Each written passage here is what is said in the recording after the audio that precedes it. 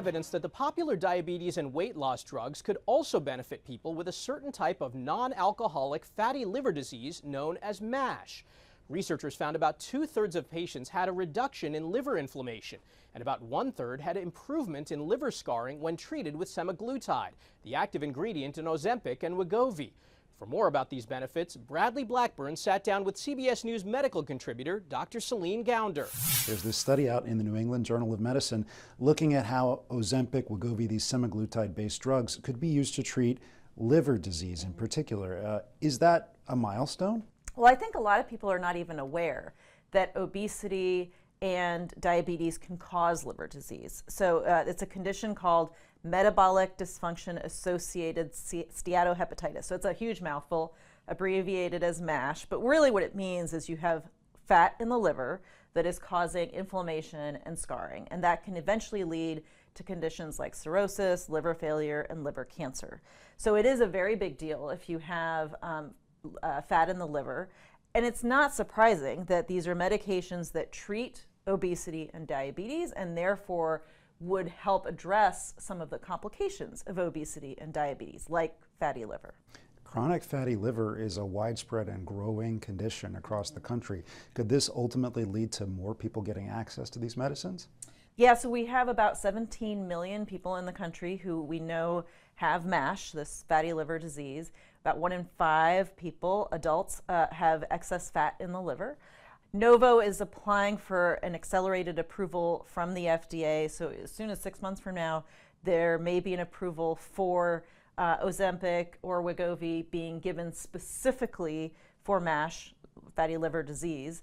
And that's really what will determine if insurance companies will cover it. In the meantime, doctors can already prescribe this off-label for that indication. Is broader insurance coverage more significant because compounded versions are now being phased out or eliminated? They're no longer authorized under emergency use. Right, so now that you don't have shortages of the brand name drugs, the compounding pharmacies were operating under a loophole that under shortages they could be selling the stuff. So they were selling it at a lower price point. There were definitely some safety issues with those.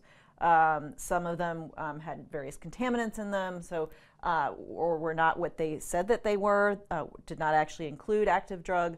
But a lot of people are frustrated because they lost access to cheaper alternatives.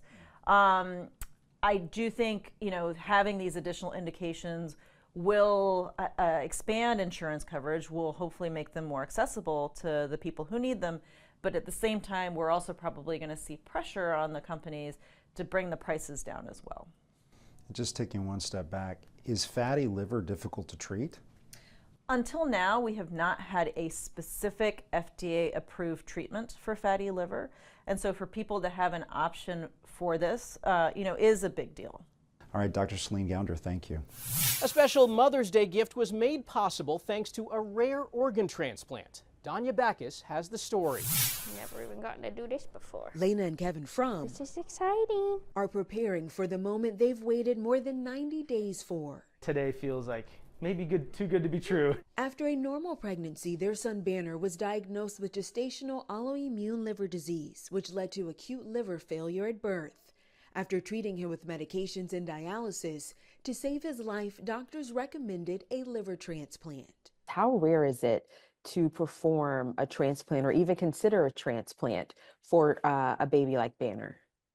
It's extremely rare. There's been less than 20 of these cases ever done in the United States out of some 20,000 pediatric liver transplants. Dr. Kambiz Etasami is the surgical director of liver transplant at Children's Hospital Los Angeles.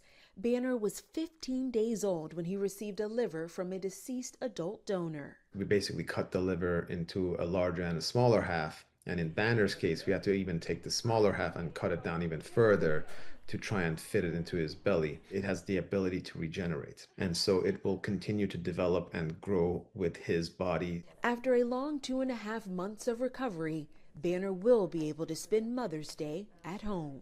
It just feels like such a gift that without transplant and all these things. So, like, if this was a long time ago, he wouldn't have made it, and we wouldn't be here, and I wouldn't be able to celebrate Mother's Day happily. His parents have a checklist of all his medications. Sodium chloride. And with one final farewell from the nurses and medical team who cared for him, Banner and his parents take the much anticipated ride as a family of 3. We're gonna go home. Danya Backus, CBS News, Los Angeles. And that's Eye on Health for this week. I'm Michael George. Thanks for joining us, and be well.